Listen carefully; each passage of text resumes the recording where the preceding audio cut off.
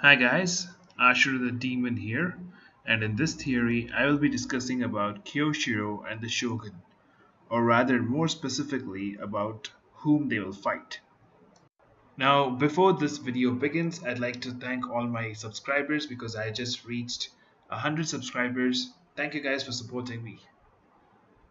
Now for this theory, I'm considering both Kyoshiro and the Shogun to be enemies to the Straw Hat Pirates in this arc, or at least they will fight the Straw Hats or their allies before they jump ship against Kaido. Firstly, I will talk about Kyoshiro, because there is some foreshadowing by Oda as to whom he will fight. Now, despite being a swordsman, I feel Kyoshiro won't fight Zoro, but rather he'll fight Sanji. Now, just because I said Sanji will fight Kyoshiro does not mean that he will not fight someone really powerful like Queen. For all we know, Kyoshiro could be a mid-level boss, but if Kyoshiro is really as strong as someone like Queen, I don't really mind him being the main villain for Sanji to fight as well. Now, these are the foreshadowings by Oda for this fight. Firstly, in chapter 927, Sanji beat up Kyoshiro and his underlings.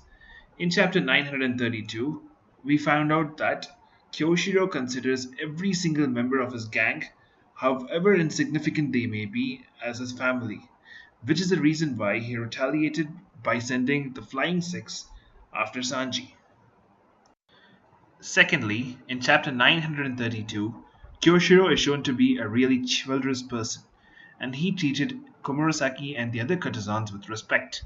This is the reason why they grew into such fine women. Now, this behavior is pretty similar to Sanji, as he treats every woman with respect, and he will not hit any woman but rather protect them with his life. Finally, the last foreshadowing by Oda is that Kyoshiro cut Komurasaki. Now, in the previous point, I said that Sanji will protect women to the very best of his abilities. He is also the very first person to stop any woman from being hurt, even if they are his enemies. This is evidenced in the Punk Hazard arc where he protects Tashigi from Virgo. Since Kyoshiro cut Komurasaki, I feel Sanji will feel he is obliged to avenge her. So in short, Sanji beat Kyoshiro's underlings, Kyoshiro cut Komurasaki, and both are shown to be chivalrous and respect women. Based on these reasons, I feel that there is a really good chance for them to clash against each other. Also, on a side note, Kyoshiro could actually be a good guy, and he might have cut Komurasaki to actually help her to run away from the Shogun. He might give Komurasaki a fake burial, and after she is recovered, he might actually take her to the Straw Hats and Co. We did see him hold one of Usopp's pamphlets, so this could be because he is an ally, or he could have just been holding it because he took it from Komurasaki's body. So if he really is an ally, then the fight between Sanji and Kyoshiro won't be a full-on battle, but it'll be more like a scuffle as a battle of ideologies. With that, let me come to the Shogun. Now, there is no real foreshadowing as to whom the Shogun will fight, but I'll be really happy if the one who will actually defeat him is Momonosuke.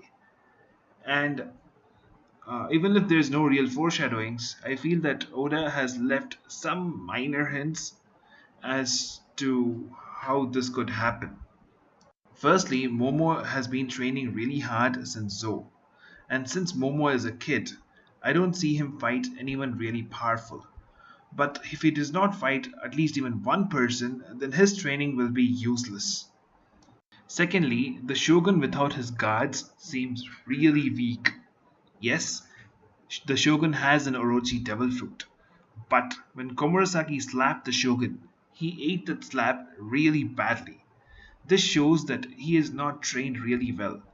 Further evidence for his lack of training is that each of his other heads in his Orochi form seems to be doing their own things. So in a proper fight, all of his other heads might not actually help him in this fight.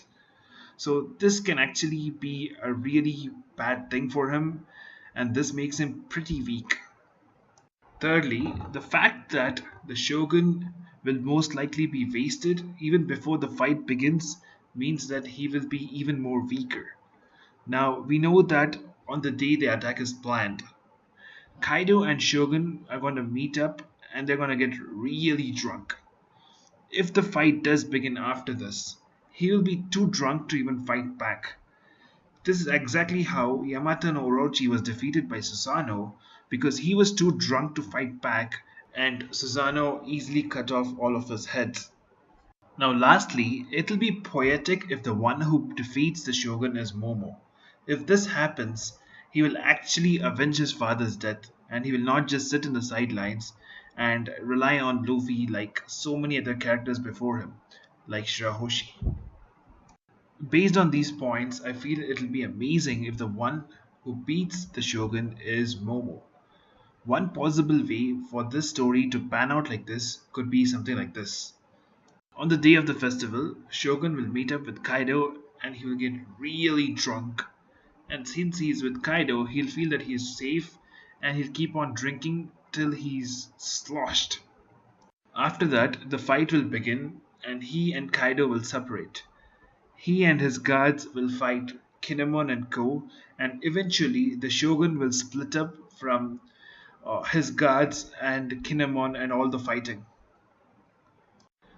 Alone, he will run into Momo and maybe even Tama. Tama and Momo, on seeing the Shogun, will first try to run, but eventually they'll be cornered by him, and Momo will have no choice but to fight Orochi. At first, Orochi will easily overpower Momo, but since Orochi is too drunk and his other heads do not really listen to him, there might be a fight between the heads, giving Momo an opening, which Momo will use it to its fullest to defeat Orochi. Also, since Tama is a kunoichi in training, she might have a few tricks up her sleeve and use them to distract Orochi's other heads to make them fight each other and in turn give Momo the opening he needs. Now, this is one way in which Momo could defeat the Shogun without actually being too powerful. So, in conclusion, I feel Sanji will fight Kyoshiro and Momo will fight the Shogun. With this, I end my video. Hopefully you guys enjoyed it. If you did, please leave a like. And if you want to be notified for my future content, please do subscribe. This is Ashra the Demon signing off, guys. Bye bye.